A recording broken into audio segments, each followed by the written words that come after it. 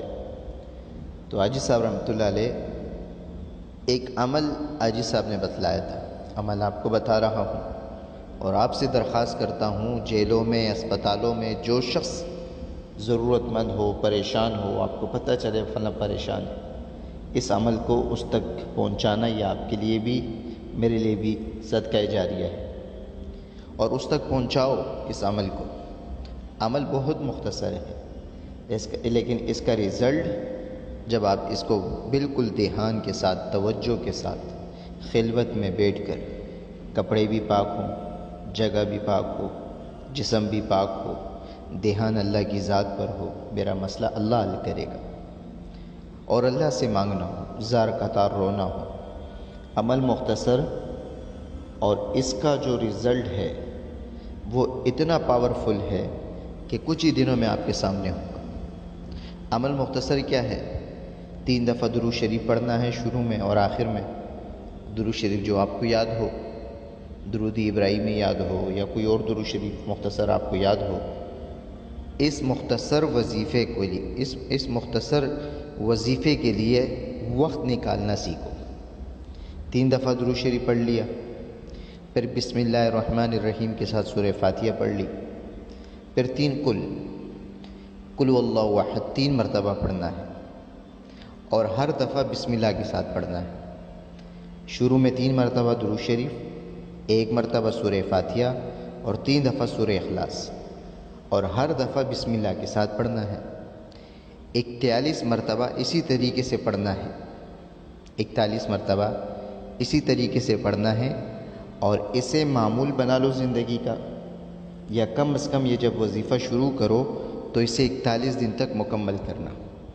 اگر کوئی عورت پڑھ رہی ہے، مرد پڑھ رہا ہے، یا گھر کا کوئی فرد پڑھ رہا ہے تو 41 دن تک اس وظیفے کو نہ چھوڑے۔ کوئی بھی وقت ایسا نہ گزرے کہ اس وظیفے کے لیے وقت نہ نکلا ہو اور چھوڑ دیا۔ 41 دن تک یہ عمل ضرور کرے۔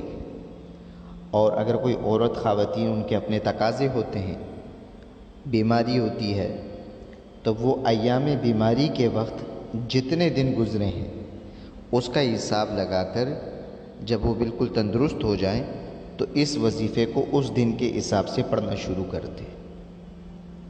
عمل مختصر ہے، رزلٹ آپ کے سامنے ہے۔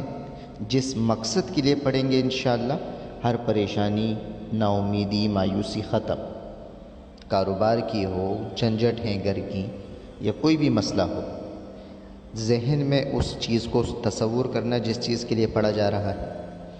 3 دفعہ درود شریف پڑھنی ہے، 1 دفعہ سورہ اخلاص، 1 دفعہ سورہ فاتحہ پڑھنی ہے، 3 مرتبہ سورہ اخلاص پڑھنی ہے بسم اللہ کے ساتھ۔ جو بھی پریشان بھائی اس عمل کو زندگی کا مقصد بنا لے یا اوروں کے ساتھ شیئر لازمی کرے، آپ کو پریشان نظر آئے اسے اس تک پہنچاؤ۔ یہ عمل میں آپ کو اس کی گواہی دیتا ہوں کہ یہ میں خود کر چکا ہوں، اللہ کا شکر ہے میرا وہ کام بنا ہے۔ اور بہت سے علماء اکرام، اولیاء اکرام سے اس وظیفے کا ثابت ہے کہ وہ یہ عمل کرتے تھے۔ 1 دفعہ سورہ فاتحہ، 3 دفعہ سورہ اخلاص، اول آخر 3 مرتبہ درود شریف۔ خود بھی پڑھیں اور بچوں سے بھی پڑھائیں، لیکن بلا کسی وقت کو ضائع کیے ہوئے اس وظیفے کو 41 دن تک مکمل پڑھیں۔ خود بھی پڑھیں، کسی سے پڑھا سکتے ہیں پڑھوا لیں، لیکن توجہ، دھیان کے ساتھ اور یکسوئی کے ساتھ، اور جس چیز کے لیے پڑھا جا رہا ہو ذہن میں اس کو تصور کریں، انشاءاللہ کام بنے گا۔ اللہ رب العزت کام بنانے والے ہیں، اعمال سے کام بنیں گے، یقین اللہ پر ہو۔